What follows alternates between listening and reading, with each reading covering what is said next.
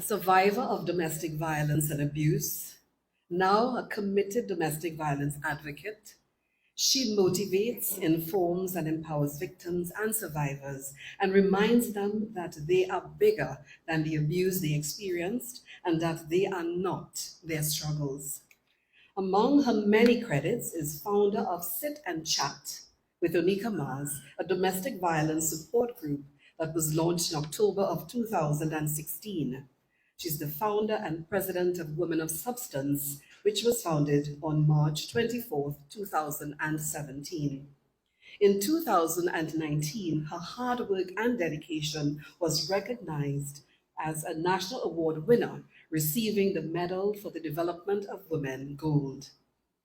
With a strong relationship with Christ, she is a graduate of the Redeemed Christian Church of God, School of Discipleship, and the Bethel Bible College of the Caribbean Christian Counseling Program.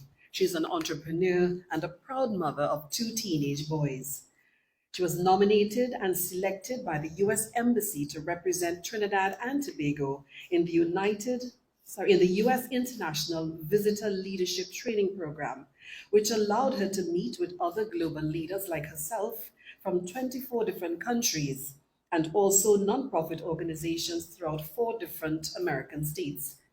She has now joined the distinguished alumni of the list of International Visitor Leadership Program and is also a member of the government's Interministerial Committee, which was formed to coordinate strategies that serve to reduce domestic violence.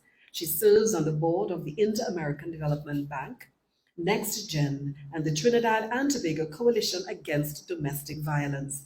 Please welcome for an intimate conversation with Onika Mars, the Orange Café's feature speaker, Onika Mars.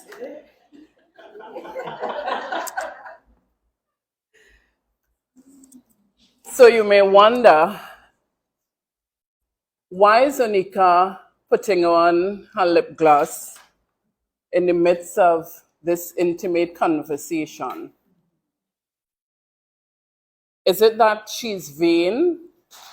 Is it that the driver got to her home late? Is it that she just arrived on that flight from Tobago? It's none of the above. It is that I am one of those 3 that Sabrina spoke about. It is that because domestic violence and abuse is about power and control, there was a time that I wasn't allowed to wear not even lip gloss. And it is something that a lot of us may take for granted, because I know that as we got up, many of us are wearing our lipsticks and our makeup.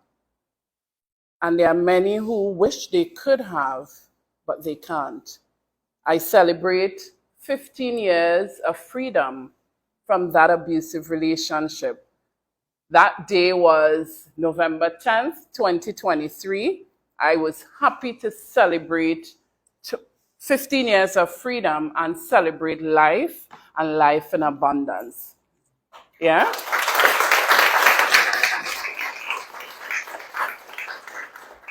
So thank you again, Soroptimist International, for having me. I really, really appreciate. I thank God for the opportunity to be able to share my story, because in sharing my story, 1, I have found my purpose, and 2, I recognize that there is no shame in sharing my story, because in sharing my story, I have run into and had the opportunity to speak with several victims and survivors who also have a story. So even as our faces may differ in this room, I could bet my last dollar that if we sit maybe somewhere outside or somewhere, we all have a story that we could share. It may not be one of intimate partner violence like mine, but we all have a story. So my story is one of intimate partner violence. And being a survivor and a proud survivor, right? I spent 13 years in that abusive relationship. And one may think 13 years, Onika, you sit down and take that for 13 years? I was employed. I had a good job at Tiantec Police, precepted firearm user. Yeah. I had my own home. My partner was living in my home, but yet I was a victim. You know, sometimes we judge, right? Sometimes we look at people and we think, but she has a good job. Why is she staying? She has her own home. Why is she staying? She isn't staying because she just like abuse, like a lot of us see. She isn't staying because she cannot do better. She isn't staying because she just wants to stay. She's staying because so many reasons, such as being intimidated like I was. The relationship didn't start off abusive. My partner held a very high position in a well-recognized organization in Trinidad and Tobago. And on his job, he was an excellent worker. To his colleague and to people who knew him, he was a wonderful human being who cared about his workers, his staff, who cared about children, who loved children. But he was a beast to us, the people who were in his intimate space. I didn't know that he was a perpetrator because I don't know if any one of us inside here could look at somebody and point out, look at perpetrator going there. No, we cannot, because they are so gentle, they are so nice, they are so warm and seem very compassionate. They to everybody else is really, really nice. So a lot of times when you speak out, people are like, you sure? Will you do that, man? You sure you didn't do something? Will you do for him to hit you? Really? How could you ask such a question? I didn't do anything. I am from Tobago and grew up in a space where my mother was also a victim. My father was a perpetrator. And I said to myself as a child, no man in hitting me. But it turned out that I was a victim. I was a victim because my partner started off real loving, real kind, real everything. This man calling me a million times. Every minute he calling, what you doing? How you going? Everything good? And I didn't understand back then that that was a red flag. I thought that I was getting real attention. So I felt good. The man calling me a GT. The man calling me every minute. Oh my God, he wants to know what's going on. Not realizing that he's monitoring my every move. Not realizing that he wants to know if I say going out with Claire, make sure it's Claire. You understand? So very subtle, the abuse stepped in. I was living in my own house in Malabar, and to date, I cannot tell you that we ever had a conversation about agreeing to live together. I don't know when it happened. He just moved in. He started visiting. We were going out. We were, and I don't even know when we started living together. I don't know. We didn't agree. So you just move in. But I felt that I was in love. So I accepted. And I felt like, yeah, this man promised everything. I don't know what poverty is. I don't know what lack is. But I accepted this man who promised that we would get married and we would have children and all the fancy things, because abusers are crafty. They know exactly which button to press. They know exactly what to say to you, because he was 15 years older than I was back then. He had real experience, so he played on that. Yeah? So I got into this relationship with this handsome young man who I felt was my knight in shining armor. Real handsome. And he felt he was the best thing after Crusoe's sliced bread, because that's what we have in Tobago. Yeah?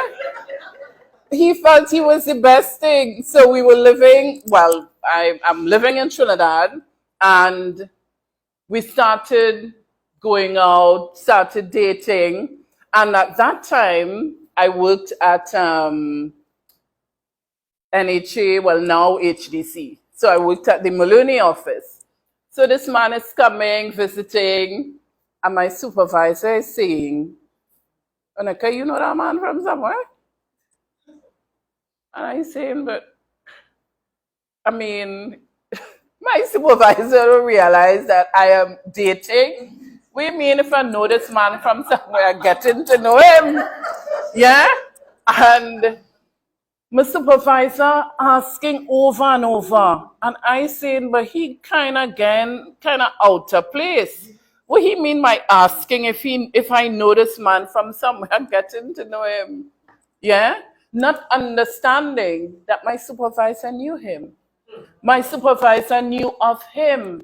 But he just didn't know how to tell me, Onika, run. Because as women, we are so emotional and we feel, I mean, everybody has a desire for love. Yeah? So we feel, okay, the man telling you everything you want to hear. And you feel this is it. There's nothing anybody could tell me. So he was very careful. So, of course, he didn't say anything more than ask the question over and over. And of course, by my response, young little attitude, he backed off. So we got into the relationship. We got into a relationship. And he was real nice. I got gifts. I got to eat in the best restaurants in Trinidad because I was used to that kind of life. I knew I never knew what poverty or lack was like. Coming from Tobago, coming from, I would say, a good life. I mean, I appreciated all that. And because he had a good job, he was able to afford the niceties. He knew I loved to travel. Yeah? He made the monies available. Is there anybody in here who doesn't like money? No, I just kind of curious because, I mean, I loved it, still love it, and I love the gifts, and I loved going to the fancy restaurants. Yeah, I loved dressing up and going out. When we met, at that time, I was not Christian, I'm now a Christian, and we partied. So he bought little shorts and vests. I didn't have any children, so we partied. He bought the shorts and the vest for us to go to parties. But we went to one party a night at, I think it was Soca Village. And by that time, we in the relationship, and I think things going good. I cannot remember the first incident of physical abuse. But what I remember was that he tried to isolate me from my family and friends. But I overlooked it because I thought that I was in love. Yeah? So we went to Soca Village in my hot shorts and vest, and I'm ready to party because I mean, I still love music. I love to dance, right? So, Soca Village, Carnival Fete, see my friends from Tobago. And one of my friends from way back in school came and said hi to me. He knew the guy and he talked to him normal. And when he walked off, he said, admit to me that you like him. And I say, my school friend you're talking about? Like family friend? He say, here what telling me admit. I said, no, because I don't like him like that. We just friends. And remember, I tell earlier, I don't know when we started living together, right? Because it wasn't an agreement. We didn't plan it. We didn't discuss it. So we living together, and he's saying to me, he's accusing me of being with this guy. Poor thing, the guy and I never had that conversation. He was actually my sister's boyfriend, ex-boyfriend. And when the guy, he spoke to the guy really nice. When the guy walked off, the bacchanal start. Not in terms or in context of the carnival fete, right? So he started accusing me, just like he did prior to that night, accusing me of being in a relationship, wanting to be with the guy. And I'm like, but if I wanted to be with him, I knew him before I knew you. So, I mean, as my sister's ex, so I don't understand it. Anyway, he started slapping me on my leg and, accusing, and I'm saying, boy, listen, I don't have any interest in that guy. The slaps escalated because he felt that I wasn't admitting. We had to leave the party. And it was physical assault from Port of Spain to Malabar. One would think after that incident, Onika gone because Onika house. But remember, in love. And remember, as women, we emotional. Remember, as women, we feel that we could fix everybody. We feel that we could make it work. And it's the realities because we live it. We see it every single day. So we got home and it was pure chaos because it was licks like rain. Yeah? That was one incident. Continuing the relationship because after that, he real sorry. He apologized. And he will never do it again. Yeah? And remember, I tell all you I like money, right? And I like nice things. So the jewelries came, even though he set up somebody to thief them back after. Yeah? So I forgave him and I continued. Then a child came, first child. And the Saturday before my son turned 4 months, my first celebration of Mother's Day, I found out that my son has a sister born on the same day with him. You think that is something that would have make me take my child and run to Tobago, right? But he was sorry again. And I didn't leave. Because not only did it move from verbal abuse, it moved to physical abuse. But I stayed because I was ashamed. Because, I mean, big, tall to Begonian, strong to Begonian, everybody know Onika to be strong. I was ashamed. And we have a society that is very judgmental. We have a society who would look at each other, especially amongst women. We tend not to offer that support. Yeah? So because I was ashamed, I stayed, he apologized, all the stories. I in America making my son, the other girl in Trinidad making her, so children born on the same day. Yeah? You think that's abuse? Of course it is. That's another incident. I still continued because I could fix it. I could make him change. I am Onika Mars. I could make him change. I could continue to love him.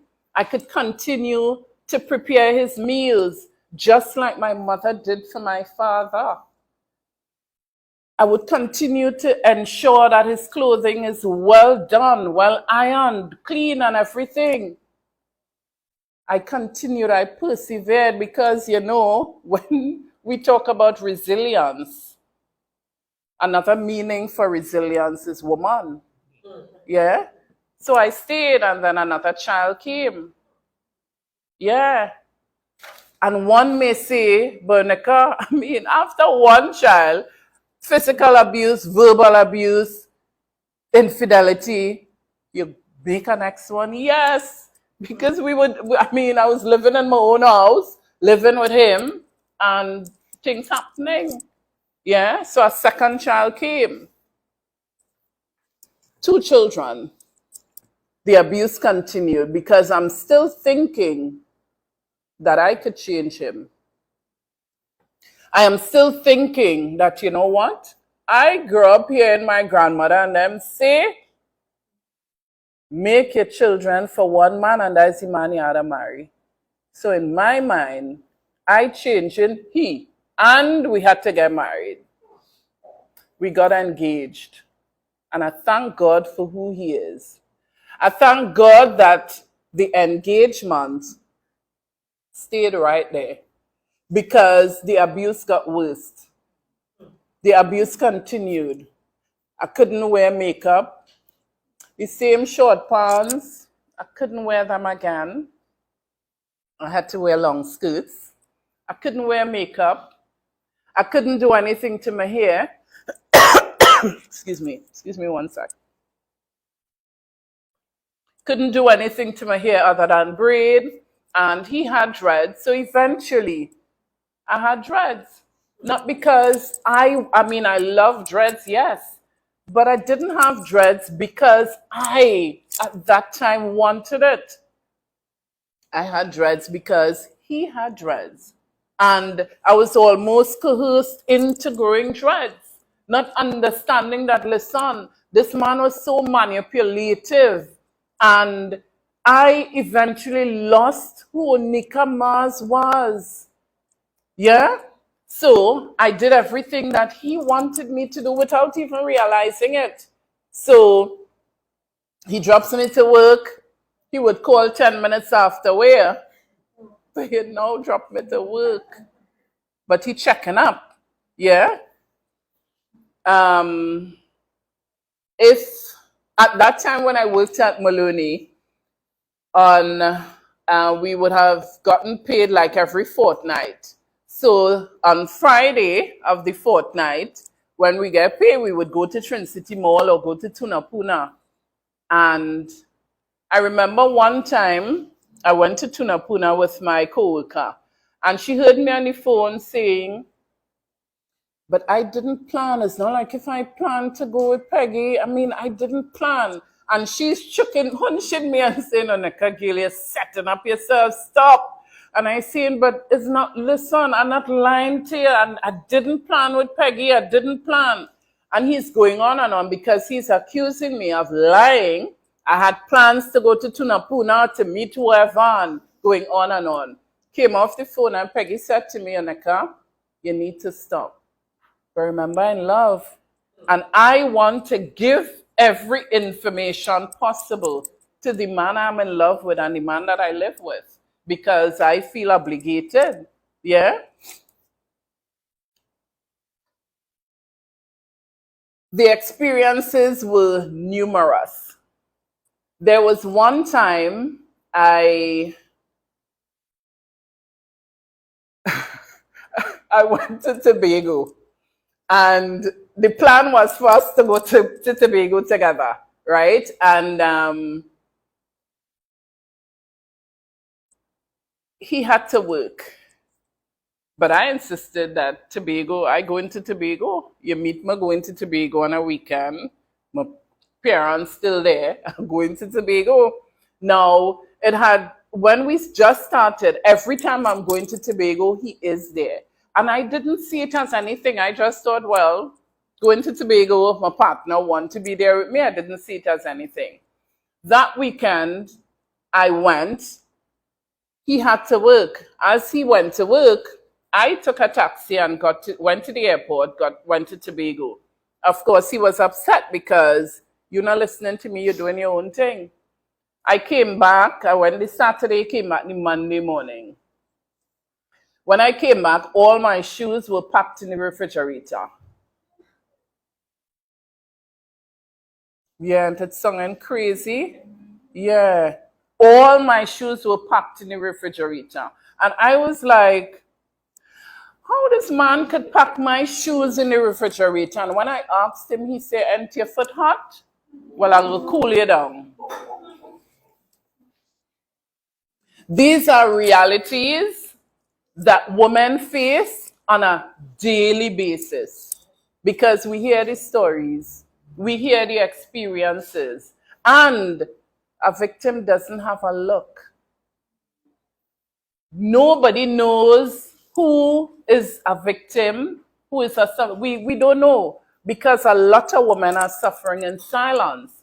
One would think that after all those situations, all those experiences, I would leave. I didn't leave because I could change him. And my grandmother say, once you make children from a man, that's the man you have to get married to. So that's my plan. I want to get married. I could change him. Not understanding that, you know what? He has to be at that place where he recognizes that he has to change. He wants to change because he has a problem. Another situation. The children are small and he got to a place where, well, he was very unfaithful. One Friday night, it was month end, and he insisted that he was going out to hang out with his friends.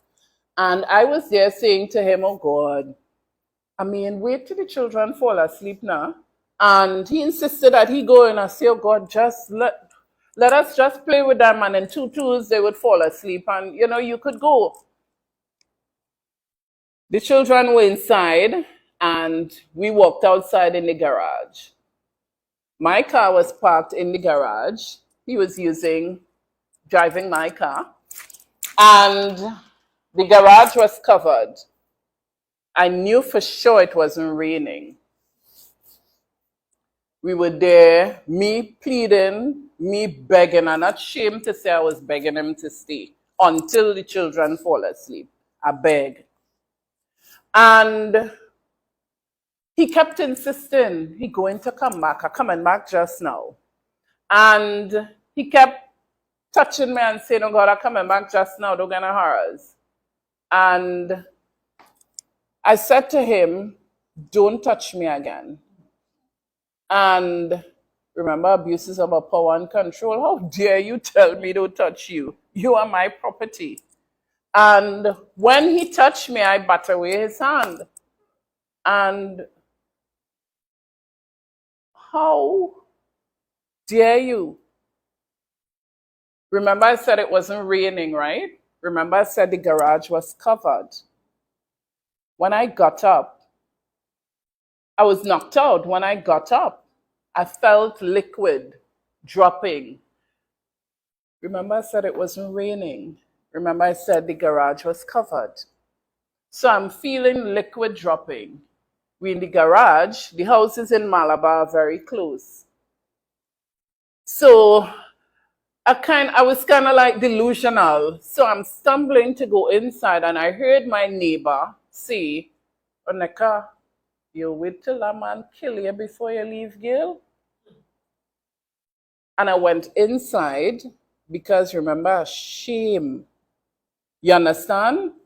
And When I walked inside and looked in the mirror, I was horrified because my face was swollen, blood dripping, lips stuck between my teeth, teeth shaking, and I in a mess by the time the children sleeping. Do you think for a moment that he stayed at home? He left with my car. Yeah, he left. The following morning, Saturday morning, I had to go. At that time, I had left NHA, working Tech now. And I had to go. I called my friend, former co-worker, same Peggy, to go to the hospital with me. But I told her, I said, I don't want to go to the public hospital. I want to go to a private hospital so that, less people would see me. We went to a private doctor at a private hospital in Arima. And I remember the doctor asking me to tell him, explain to him what happened, explain to him why my lip burst. And I told the doctor, I fell down. Many of you probably sitting there wondering, Onika, you stupid or something? I mean, how dare you tell the doctor you fall down? Remember, in love. So victims in these situations cover for the perpetrator because you want to protect him, even though you're going through so much. So I lied. And the doctor asked over and over again, and I continued to lie, telling him that I fell. And he said, okay, no problem. I would have to call the police so that you could explain to them, that how you fell and all that. From the time I hear police, I said, Doc, let me tell you what happened. And I told him. Now, I got 13 stitches. And I remember the doctor saying to me, Onika, you are a young girl. At that time, I was in my late 20s. Yeah? And he said, you are a young girl. You don't need to be going through this. I mean, look at your face. Look, your lip is swollen, burst. You need stitches. Look at your face. But I heard all he was saying to me on that morning. And I took the stitches. I still have the scar. A scar that I would live with for the rest of my life. I took Peggy back home after accompanying me to the doctor. And I went back home. Do you think that I left? I didn't. Because I was still ashamed and I didn't know of any support systems. I didn't know of CADV back then. I didn't know of any support systems. So I'm going to share another experience with you all. After that experience, he was sorry. After that experience, we went to Jenny's on the boulevard. After that experience, I got a bureau with both of us initials on it. After that experience, he promised that he would change. And I was excited because this is what I want, a man who changed, a man I want to get married, settle down. He continued with the abuse. One morning he came in 2 o'clock after getting into the habit of coming home 2 o'clock on mornings because he was unfaithful. He came home that morning and the children were asleep, of course, and he said to me, this is it. So in my mind, I was saying, yes, finally, he should just go. He realized he living in my house, so he going. So I said, okay. I said, one of the things that I will do is make arrangements for you to be able to spend time with your sons because I want you all to have a relationship. I said, so I will make arrangements. when everything calmed down, I would put things in place so that you could see your sons, however we arrange it. I just want you to be able to see your sons and your sons have a relationship with you. He said to me, with all the expletives, what arrangements to see children you're talking about? Your mother and them will come from Tobago and find all your body parts scattered in this house. And when the police comes, they will not find me alive. At that very moment, I said, God, this is between me and you here. I said, God, you had to deliver me alive because I have my children to live for. And my grandmother always said to me, if it's one thing your mouth kind of hot, but you could pray. So I prayed silently. And I made a promise to God. I said, God, if you deliver me alive from this situation, I promise you, I would serve you with everything within me. God, who is God all by himself, delivered me alive because here I am. God allowed him to call his sister, to tell his sister what he was about to do. Who answers their phone 2 o'clock in the morning? She did. She crept outside so that her husband wouldn't hear the conversation. And she pleaded with him until 6 a.m. That I know was God. And here I am today, a survivor. I finally built the courage. I had to run away with my children to Tobago. I remember asking him to leave. That was a whole disaster. We could talk about the experiences from now till about next year, 16 days of activism. And it was drama, but he left. But not without using the company unmarked vehicles to stalk, to harass, to do everything possible.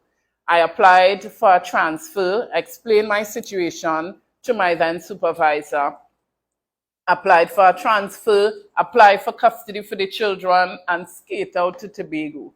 Left Trinidad with 2 underwear each for me and my children, my tea and tech uniform, went back home because my mother said, come, because if anything happens to my grandchildren, I don't know, the police would pick me up instead of him. Yeah? So I went back to Tobago and I decided that, you know what? I mean, God spared my life. I had to do something. This time I don't know nothing about, I didn't know the dynamics of domestic violence and abuse. All I know is that my father used to beat my mother. This man beating me. I had to survive because I have my children. I went back to Tobago and I said, you know what? I would start all over again. I went back to Tobago 2018, November 10th, the day before my younger son turned 4 years old. So I left when my children were 4 and 5 years old, respectively. So I thank God that he allowed me to live so that I could share my story with Soroptimist and many others so that I can become also an agent of change, because now there is no shame in sharing my story, because I want women to understand exactly what domestic violence and abuse is. I am very, very passionate about what I do because I lived it, not because I read about it in a book, because I lived it. So my life is an open book, and I continue to thank God for turning my mess into a message. I thank you.